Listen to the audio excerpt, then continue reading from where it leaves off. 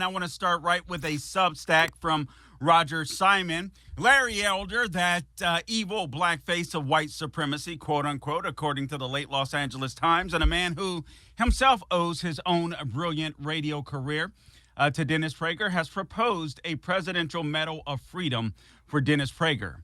In the words of that songwriting genius, Smokey Robinson, I second that emotion, Roger Simon writes. An emotion it is because the extraordinary ongoing recovery of Mr. Prager from a near fatal fall last November that left him on a respirator with a spinal cord injury at the C3 and C4 level has been nothing short of inspirational. A fair portion of conservative America and many overseas were praying for him, and he, with their prayers accompanied by his own considerable will and amazing good humor in the face of adversity. He is, after all, the originator of the Happiness Hour. Will be back on the air shortly.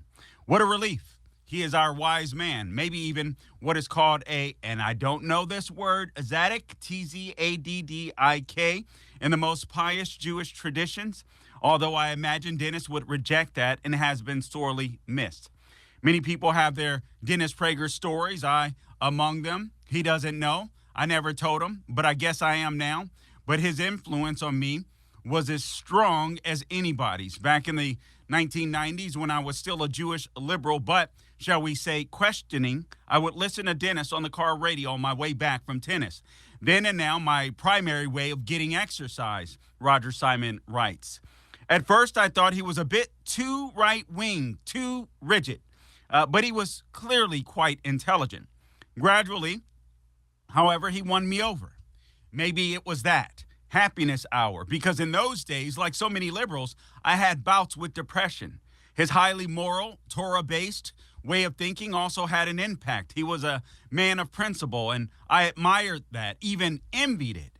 Many years later, after having my journey from left to right, I wound up on his radio show to discuss my 2016 book, I Know Best, Moral Narcissism is Destroying Our Republic, if it hasn't already. I was thrilled when he said he loved the term moral narcissism, said that I had invented, maybe I had, but maybe I hadn't, parentheses, a phrase that would become a common description of our era. Unfortunately, that was not to be. Only weeks later, virtue signaling, that was not quite moral narcissism, but close enough, came on the scene.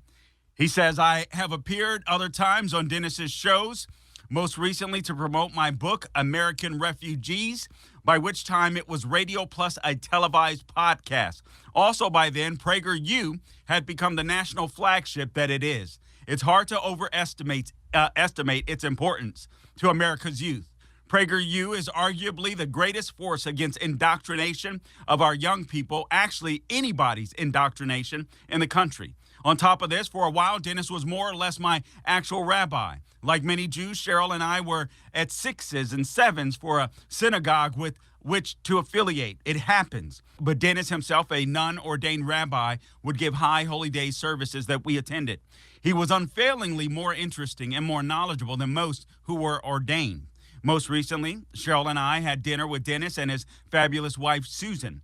As Dennis puts it, quote, they come for Dennis and stay for Susan, close quote, here in Nashville. So they had dinner in Nashville. He says, I hope to see him again soon. It should be obvious that I more than second Larry Elder's suggestion that Dennis Prager be awarded the Presidential Medal of Freedom. Man, that's powerful. That's very touching. I'm glad Larry Elder put that out there with the platform that he has. And I think it's so true. I mean, when you just consider the legacy that Dennis already has, and he's coming back to radio, but the legacy that he already has, just from being on radio, his writings, his books, his columns, PragerU, it's absolutely insane. And the way that PragerU is impacting the youth, college campuses, you can't speak highly of it enough. And quite frankly, informing many people that happen to not be youth, people like myself, quite frankly. It is a dictionary, if you will, of conservative thought, Judeo-Christian thought, history, civics, the economy, you name it. So Dennis has already built a fabulous legacy, but the great news is he's not done yet. He's not done yet. So you guys continue to pray for Dennis Prager. Pray for his wife Sue. Obviously, pray for the medical staff that surrounds Dennis Prager. Pray for his friends, his family, everyone that comes in contact with Dennis, and continue to pray for his complete and total healing. I just thought that was such a beautiful word by Roger Simon. I wanted to go ahead and share that with you guys.